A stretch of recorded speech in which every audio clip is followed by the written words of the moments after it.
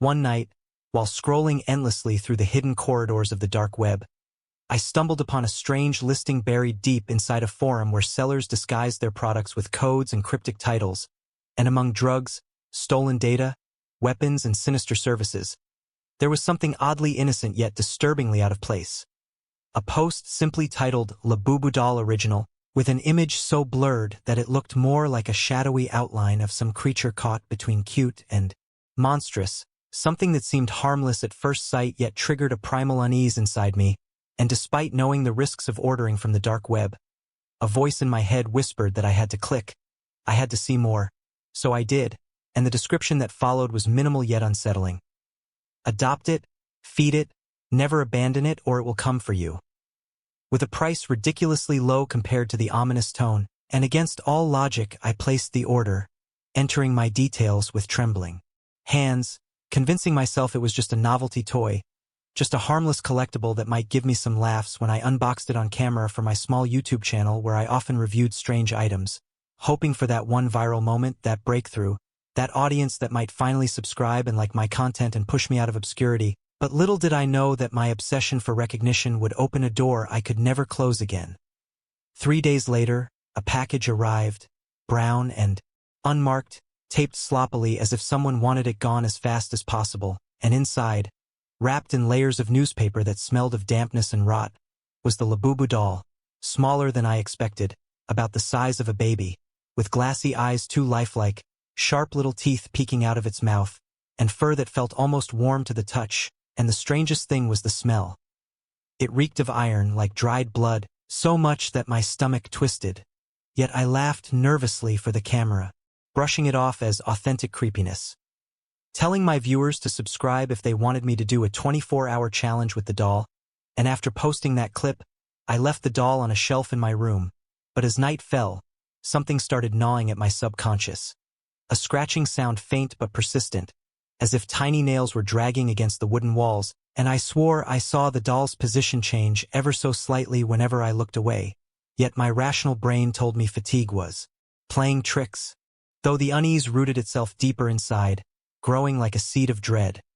By the second night, I dreamt of the doll, not static but alive, crawling on all fours across my floor, whispering in a voice that was neither human nor entirely animal, saying things about me that no one else knew, details from my childhood, regrets I had buried, fears I never confessed, and I woke up drenched in sweat only to find the doll on the floor beside my bed, though I clearly remembered placing it back on the shelf before sleeping, and paranoia wrapped itself around me so tightly that I started recording everything on my camera, telling my audience this was part of an experiment to document paranormal activity, again reminding them to like and subscribe for more, though deep down I wasn't sure if I was chasing clout or trying to convince myself I wasn't going insane. By the third night, the scratching had grown louder, the whispers sharper, and the doll's eyes seemed to follow me no matter where I moved, and once while editing footage, I paused on a frame where its mouth was wide open in a scream, though in the next frame it was normal again, like the camera had caught something my eyes could not, and the more I watched, the more I felt an oppressive presence looming over me, as if the doll wasn't just an object but a vessel for something far older and far darker than I could imagine. I tried to throw it away, stuffing it into a garbage bag and tossing it into a dumpster blocks away from my house, yet when I came back home, the doll was sitting calmly on my desk, its fur damp as if it had crawled through mud to return, and this time its glassy eyes were cracked, oozing something that looked like black tar. And in that moment I realized I couldn't escape it, that by ordering it I had entered into some unspoken pact, and every time I tried to ignore it, the whispers got louder, sharper, forcing me to confront memories I had long buried, mistakes that defined me, shattering my psychology with guilt and paranoia until I could no longer tell if I was awake or dreaming. And worst of all, my viewers began messaging me strange things. Comments from accounts I didn't recognize, saying, "She is with you now," or "Feed her or she will feed on you."